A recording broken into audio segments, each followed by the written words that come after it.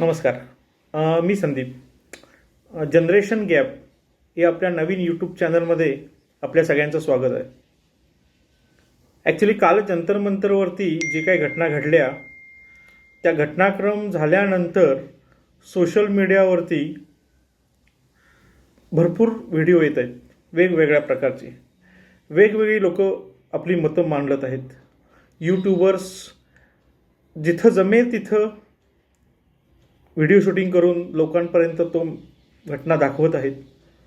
Unfiltered video जे आहेत, जे यूट्यूब मेकर्स आहेत, ते अगदी काल मी बघत असताना कोपऱ्यात जाऊन व्हिडिओ शूटिंग करत होते.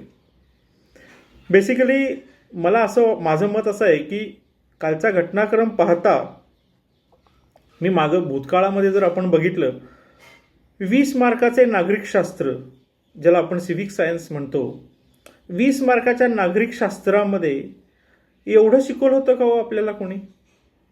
व्यक्ती स्वातंत्र्य, बोलण्याचं स्वातंत्र्य, एवढं सगळं माहीत होतं? हे सगळं आता 10 वर्षाच्या कालावधीत झालेलं आहे. 10 ते 12 वर्षामध्ये संविधानात प्रत्यक्ष काय लिहिलं आहे? तुम्हाला व्यक्तिमत्वाचं स्वातंत्र्य आहे, बोलण्याचं स्वातंत्र्य आहे, या गोष्टी पूर्वी कुणालाच माहीत नव्हत्या. 20 मार्काचं नागरिकशास्त्र 100 मार्काचं कळेपर्यंत हे आता या 10 ते 15 वर्षात लोकांना समजलंय. त्याच्यात ज्यांना 20 मार्काचं नागरिकशास्त्र होतं, सिव्हिक सायन्स होता, ती लोक आज 50-60च्या आसपास आहेत. ते फारसं त्याच्याकडे लक्ष देत नाही आहेत.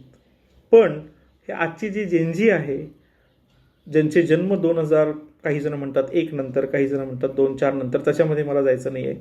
आजची जी जेनझी आहे ह्यांची ग्रास्पिंग कॅपॅसिटी खूप मोठी आहे. ते ग्रास्प करतायत.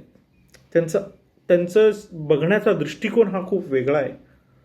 प्रत्येक गोष्टीकडे बघण्याचा दृष्टिकोन वेगळा आहे. तो असेल बिझनेसमध्ये, तो असेल सर्व्हिसमध्ये, तो असेल फॅमिलीमध्ये, सगळीकडे बघण्याचा दृष्टिकोन आहे.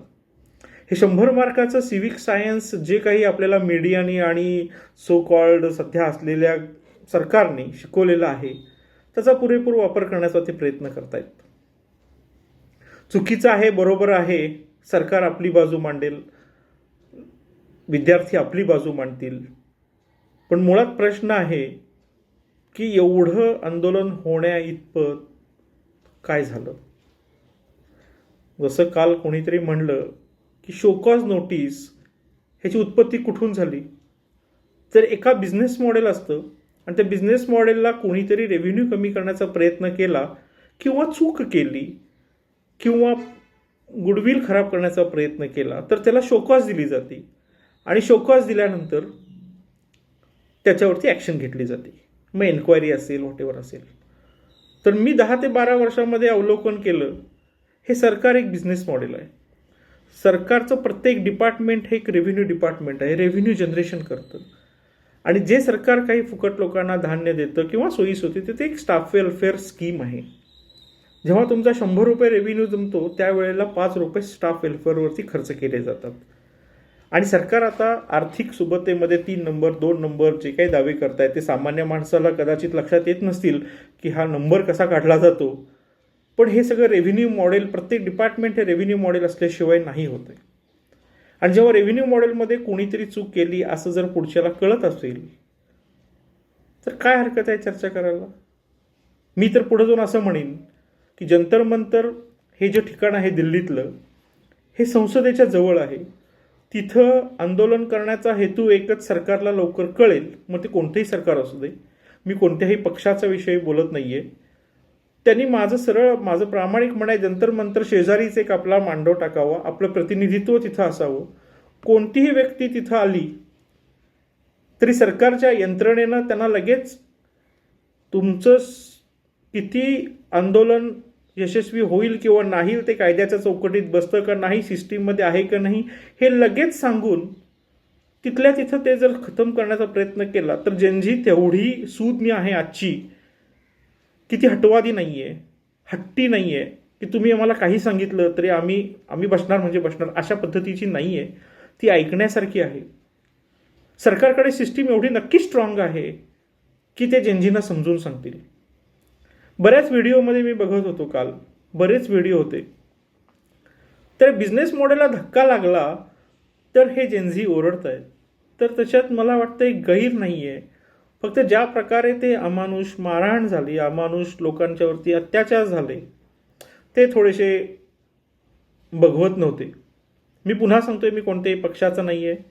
मला अत्यंत आदर आहे सगळ्या सरकारबद्दल आहे, तरुण पिढीबद्दल आहे. पण ह्या तरुण पिढीचं चुकतं का? काय चुकतंय हे तरी चूक समजावून सांगा, नाहीतर ते म्हणतात त्याला ॲग्री करा. तर अशा घटना होणार नाही. आणि हे काय जे नागरिकशास्त्र सरकार शिकवायला लागलेलं आहे लोकांना, ते शिकवलेलाच अभ्यासक्रम जेनझी वाचून दाखवत आहेत. व्यक्ती स्वातंत्र्य आहे, आमच्याशी बोलायला या, कुणा चुकलं तर तुम्ही नोटीस द्या. जर प्रायव्हेट कंपनीमध्ये जर सगळ्यांना होत असेल आणि त्याच आधारे हे सरकार जर बिझनेस मॉडेल चालवत असेल, रेव्हेन्यू जनरेट करत असेल प्रत्येक डिपार्टमेंटमधून काही ना काहीतरी, तर हा प्रश्न नाही का विचारणार? कोणीच विचारणार नाही का? सामान्य माणूस म्हणून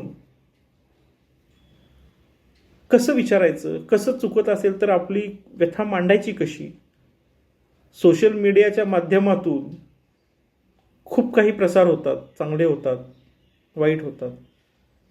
तर हा एकमेव बाजू मांडण्याचा प्रकार आहे सोशल मीडियात, तर तो आता मांडतायत सगळेजण. तर मला असं वाटतंय की सरकारने अशा कोणत्याही ह्याच्या पुढं होणाऱ्या आंदोलनाला प्रिव्हेंटिव्ह ॲक्शन म्हणून जर बघितलं, की काही नोटिसा येतात, काही पत्र येतात लोकांची, काही व्यथा मांडतात लोक, त्यावेळेला जर सिरियसली घ्यायला लागली लोक सरकारने, तर त्या गोष्टीचं प्रभावीपणे होईल. आणि मुळात मी म्हणल्यासारखं स्वातंत्र्य मिळालेलं आहे आता आपल्याला. आता जे आहे ते लोकांच्या हक्कासाठी लढणं आहे. मी असं अजिबात म्हणत नाही की सरकार हक्काच्या विरुद्ध काम करतंय. सरकार ही लोकांच्यासाठीच काम करतंय. पण हे जे काही लूपहोल्स असतील ते सरकारने तिथल्या तिथं जंतर मंतरवरतीच एक ऑफिस काढून प्रत्येकाला जर समजावून सांगण्याचा प्रयत्न केला, तर मला नाही वाटत आजची जेनझी तेवढी इमॅच्युअर्ड आहे की त्यांना सांगितलं तरी ते ऐकणार नाहीत. आपण या माझ्या नवीन जनरेशन गॅपमध्ये दररोज असे छोटे छोटे नवीन व्हिडिओ बघत जाऊ. पटले तर लाईक, शेअर आणि सबस्क्राईब करायला विसरू नका. धन्यवाद.